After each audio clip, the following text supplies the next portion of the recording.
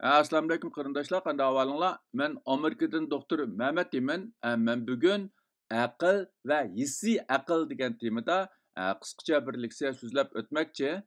Men bu leksiyada hozirgi zamon ilmining aqlga bergan ta'riflari, uning turlari va ularningki qandoq mazmunlarni o'z ichiga oladiganligi to'g'risida oddiy qilib bir qisqacha tushuncha berib o'tmoqchi. Tövəndə diqqətinizlər bu leksiyanın təfsilatında bolsun. Aql insonlarning logikalik tafakkur qilish, tanqidiy o'ylash, tushunish, fikr qilish, o'rganish, esda tutish va ijtimoiy aloqa qilish qobiliyati bo'lib, u insonlarning ish-harakat plani, ijodkorligi, yenilik yaratish va masalalarni hal qilish iqtidorlarining yig'indisidir. Aql insonlarning aqliy kuchi bo'lib, u insonlarning nihoyatda murakkab bo'lgan bilish, tonish qobiliyati va yuqori darajalik maqsad muddaolarini amalga oshirish va o'zni tonish bilan ifodalanadi. Aql bilan bilim o'xshamaydigan ikki xil uqum bo'lib, bilim insonlarning fakt va uchurlarni o'rganib, ularni esda saqlab, kelgusida qayta eslashni ko'rsatadi. Aql insonlarning bilim o'rganishning asosi bo'lib, yoshning cho'ng'ayishiga ergishib, insonning aqli emas, faqat bilimi ish bordi. Aql yoshda emas, boshda. Undaqda aql zodi yoshdimi yoki boshdimi? Ya'ni yoshning cho'ng'ayishiga ergishib, inson aqlliq bo'lib manamdi yoki aql tug'ma bo'lib, uning yosh bilan munosabati yo'qmi?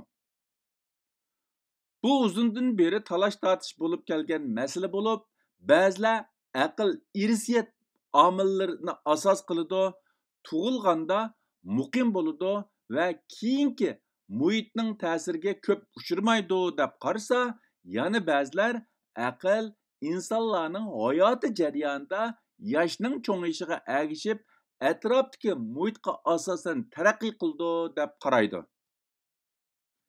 Agar ikkinchi ehtimollik to'g'ri bo'lsa, ota-bobolarimizdan qolgan bu aql yoshda emas, boshda degan aqliy so'z xato bo'lgan bo'ldi.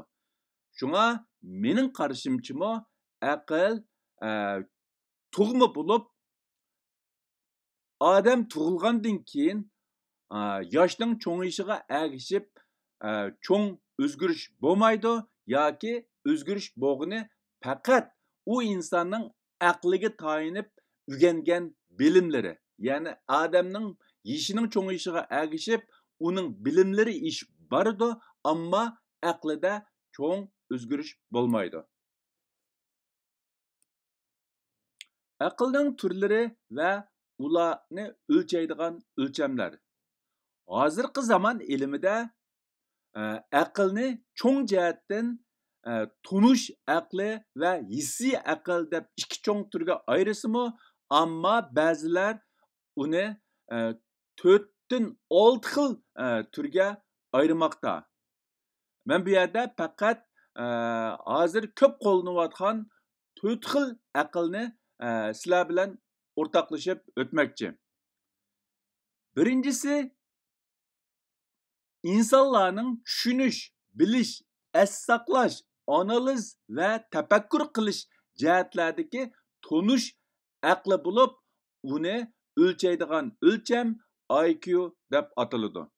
Ikkinchisi insonlarning hissdoshlik, o'zaro inoqlik, kuyimchanlik, samimiyatlik, kamtarlik, mas'uliyatchanlik, vaqtni kontrol qilish qatorliq jihatlardagi aqli bo'lib, bu hissiy aql deb hisoblanadi va uni o'lchaydigan o'lcham EQ deb ataladi.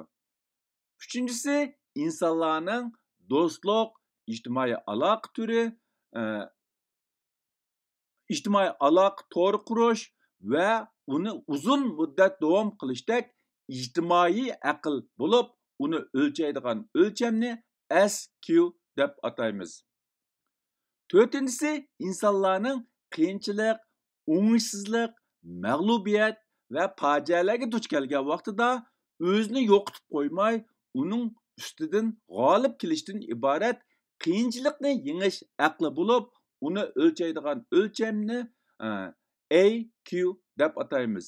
Bu keyingi ikki turdagi aql amaliyotda hissiy aql doirasiga kiradigan aql bo'lib, ko'rayotganinglardek, uchinchisi insonlarning do'stlik, ijtimoiy aloqa to'r qurish va uni uzun muddat davom qilish aqli bo'lsa, to'rtinchisi insonlarning qiyinchilik, o'ngishsizlik va mag'lubiyat ustidan g'olib kelish aqli bo'lib, bu ikki turdagi aqlni cho'ng jihatdan hissiy aql qatoriga ketish mumkin.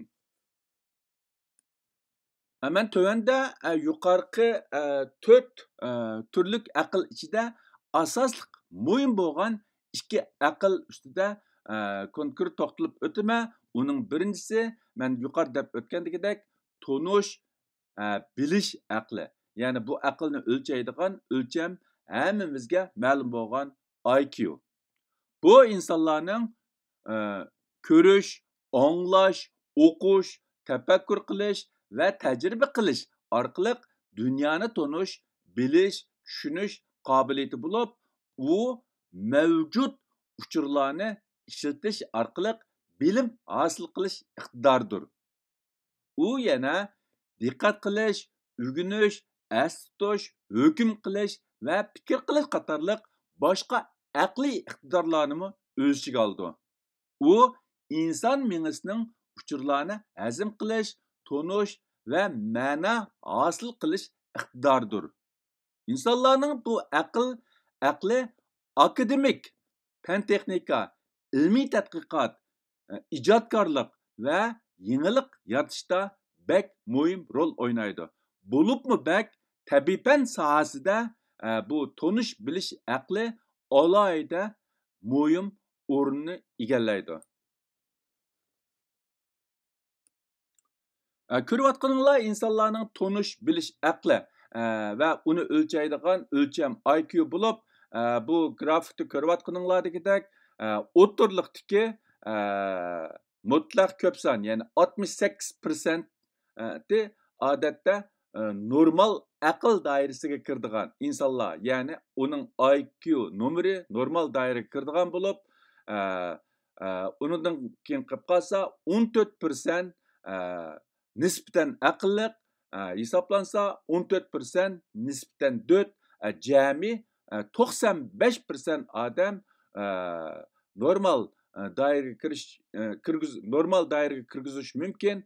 Ularning ichida mushu insonlarning ichida alayda aqlliq 2% bo'lsa, alayda 4 adam 2% egallashi, anından keyin haddidan ziyoda aqlliq odamlar 0,1%, haddidan ziyoda 4 odamlarmi 0,1% ni egallaydiganligini bu grafikdan ko'rib olishimiz mumkin. Hamda biz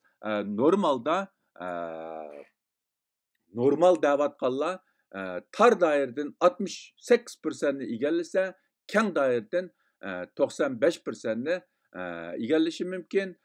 Anından keyin mən yuqorida o'tgandagidek alayda aqlliq bilan alayda 2%, haddidan ziyoda aqlliq bilan haddidan ziyoda 0,1%. Ya'ni bu 0,1% degan insonlar odatda mushu dunyodagi mo'jizalik xarakterlik yeniliklar yaratgan odamlarni o'z ichiga oladigan bo'lib, mayli ular qaysi millatdan ichidan chiqqan bo'lsin, ularning nisbati haqiqatanmi oz nisbatni egallaydi.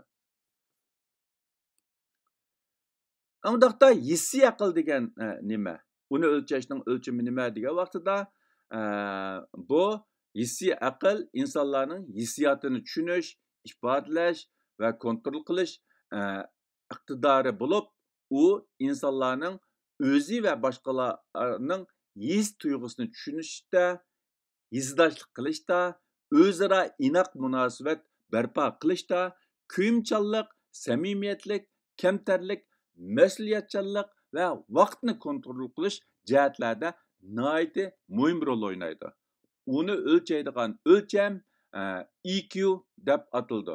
Ya'ni bu yerda IQ bilan EQ, ya'ni tonish aqli bilan hissiy aqlninki kontrol qiladigan, ya'ni muhim rol o'ynaydigan taraflar butunlay farqli bo'lib, ba'zi insonlar niki IQsi, ya'ni tonish aqli nihoyat yuqori bo'lsa-mu, hissiy aqli kam bo'lganligi uchun bizda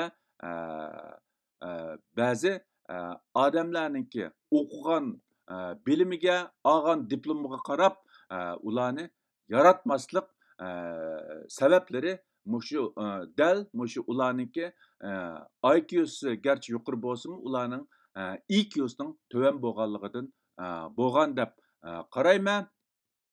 Hissiy aql insonlarning o'zini tonish va baxt saodatga erishish uchun zarur bo'lgan murakkab ijtimoiy munosabatlarni bartaraf qilish va sog'lom kishilik munosabat barpo qilishninki asosidir.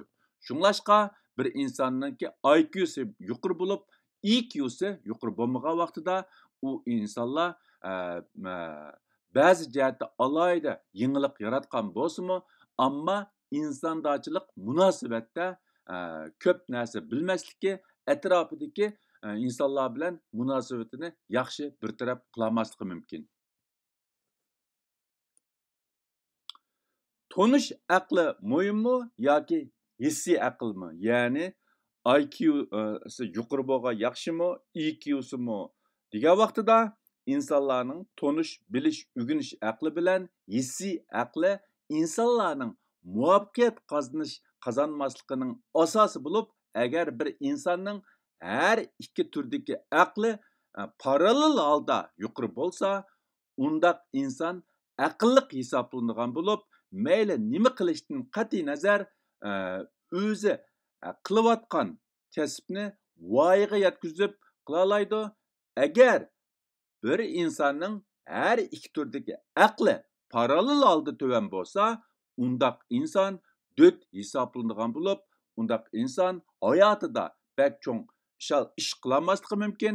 Agar bir insonning ikki turdagi aqli parallel bo'lmagan vaqtida, ya'ni tonish aqli yoki IQsi yuqori, hissiy aqli yoki EQsi tuvan bo'lsa, yoki tonish aqli ya'ni IQsi tuvan yoki hissiy aqli ya'ni EQsi yuqori bo'lgan vaqtida ular o'ziga xos ba'zi xizmatlarni voyaga yetkazib qila olishi mumkin, ammo hamma jihatda yetishgan bo'lolmasligi mumkin. Tövende bu ikki turdagi aqlning ba'zi farqlari bilan tafsili to'xtalib o'taman. Tonish aqli yoki IQ bilan hissiy aql yoki EQ orasida qanday farqlar bor degan vaqtida, tonish aqli ya'ni IQsi birinchidan logikalik tafakkur qilishda alohida muhim o'rinda turdi. Ikkinchidan tanqidiy fikrish iqtidori yuqori bo'ladi. Uchinchisi yangi narsalarni tez o'rgana oladi. To'rtinchisi oson es saqlay oladi. Beshinchisi akademik muvaffaqiyat qozona olishi mumkin. Oltinchisi injenerlik, fan texnika, ya'ni bo'libmi bak tabiiy fan sohasida alohida natijalarni qo'lga keltira olishi mumkin. Yettinchisi ilmiy tadqiqot, tajribalarni yaxshi ilib bora olishi mumkin. Sakkizinchisi kashfiyot, yangilik yaratishda alohida natijaga erisha olishi mumkin. Ya'ni tonish aqli yoki IQsi yuqori bo'lgan insonlarda yuqorida men deb o'tgandek 8 xil alohidalik bo'lishi mumkin. Albatta, buning bilan cheklik emas. Men faqatla bu yerda muhim bo'lgan 8 jihatdagi alohidalikni o'tirib qo'yib o'tdim. Albatta, uningdan boshqa yana mushu tabiiy fan sohasida yoki logikalik tafakkur qilish jihatda bu IQ'si yuqori odamlarning nurg'un alayliklari bo'lishi mumkin. Undaqda bu hissiy aql yoki EQ'si yuqori bo'lgan insonlarda qandoq alaylik bo'ldi yoki insonlarning hissiy aqli qaysi jihatdan muhim degan vaqtida hissiy aql birinchisi o'zini yaxshi tushunishda bak muhim rol o'ynaydi. İkincisi his tuyg'usini kontrol qilishda muhim rol o'ynaydi. Ya'ni bu hissiy aqli yuqori bo'lgan insonlar hissdoshlik qilish, ko'yinish jihatda alayda yaxshi. To'rtinchidan kamtarlik, mas'uliyatchan bo'ldi. Beshinchisi boshqalarni tushunish, hurmatlash jihatda nihoyatda aqlliq. Oltinchisi vaqtni yaxshi kontrol qiladigan bo'ldi. Yettinchisi ijtimoiy munosabat va do'stlikda alayda yaxshi bir taraf qila oladi. Sakkizinchisi ziddiyat va krizis hal qilishdimi alayda yaxshi bir taraf qila oladi.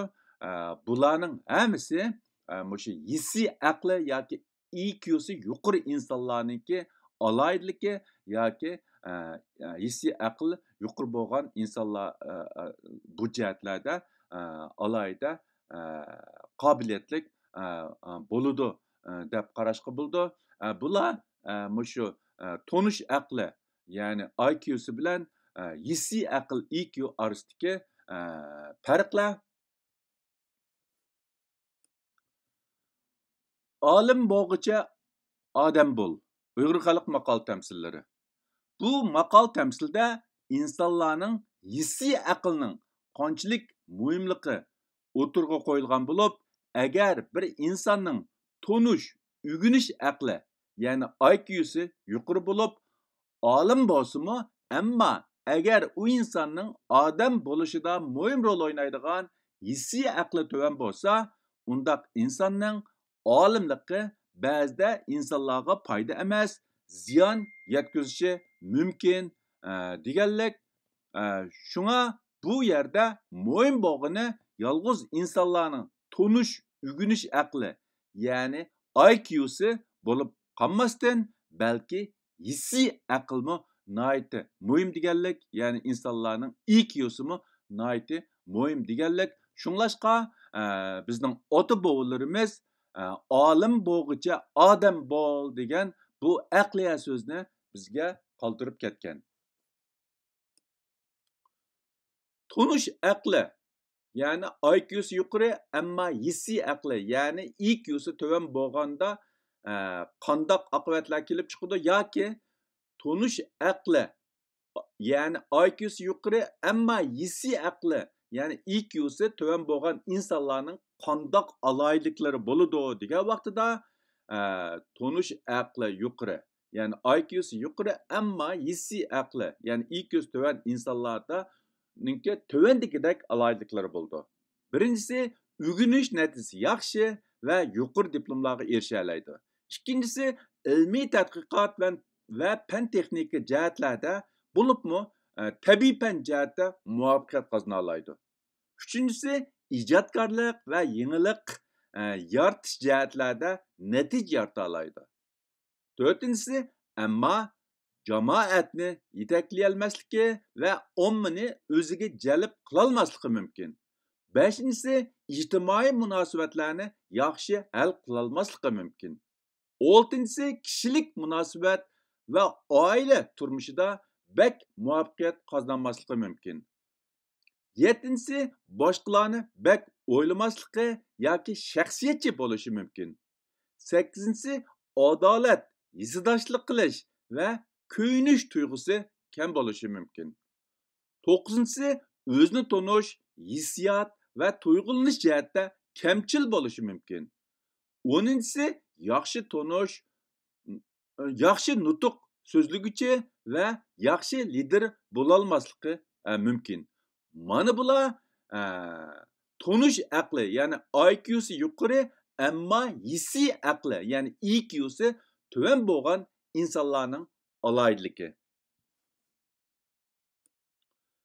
Undaqda hissiy aqli, ya'ni IQ'si yuqori, ammo tonish aqli, ya'ni IQ'si tuvan bo'lgan insonlarda qandaq alayliklar bo'ldi degan vaqtida hissiy aqli, IQ'si yuqori, ammo tonish aqli, IQ'si tuvan bo'lgan insonlarning tuvandagidek alayliklari bo'ldi. Birinchisi, jamoatni yaxshi yetaklay oladi. Ommani o'ziga yaxshi jalb qila oladi. Ikkinchisi, ijtimoiy munosabatlarni yaxshi hal qila oladi. Üçüncüsü kişilik münasebet ve aile turmuşda inoq muhit yarata oladi. Dördüncüsü masalani o'ylaganda o'zini boshqalarning o'rniga qo'yib o'ylaydigan bo'ladi. Beshinchisi adolat, hissdoshlik qilish va ko'yinish tuyg'usi kuchlik bo'ladi. Oltinchisi o'zini yaxshi toniy oladi, his tuyg'usi kuchlik bo'ladi. Yettinchisi yaxshi nutuq so'zlaguvchi va yaxshi lider bo'la oladi. 8-si, ammo o'rganish natijasi yaxshi bo'lmasligi, yuqori diplomlarga erishamasligi mumkin. 9-si, ilmiy tadqiqot va fan texnik jihatda muvaffaqiyat qozona olmasligi mumkin. 10-si, ijodkorlik va yangilik yaratish jihatlarda ko'p afzalligi bo'lmasligi mumkin. Mana bular hissiy aqli yuqori, ya'ni IQ'si yuqori, ammo tonish aqli, ya'ni IQ'si uncha yuqori bo'lmagan yoki tuvan bo'lgan insonlarda bo'ladigan alayliklar. Bugungi bu aql va hissiy aql to'g'risidagi qisqa leksiyani oxirlashtirmoqchi. Hammanglarning diqqat berganinglarga ko'p rahmat. Meningki bu leksiyarimniki bizning aql to'g'risida tonishimizni o'stirishini, bo'libmi ba'zi insonlarningki tabiiy fan sohasida alohida natija yaratgan bo'lsa-mu, ammo kishilik munosabatda chala ekanliginiki sabablarini tonish jihatda ozroq foydasi bo'lishini umid qilaman. Oxirida hammanglarning tininglarga salomatlik tilayman. Ko'rishguncha omon bo'linglar. Xayr xo'sh. Allohga omonat.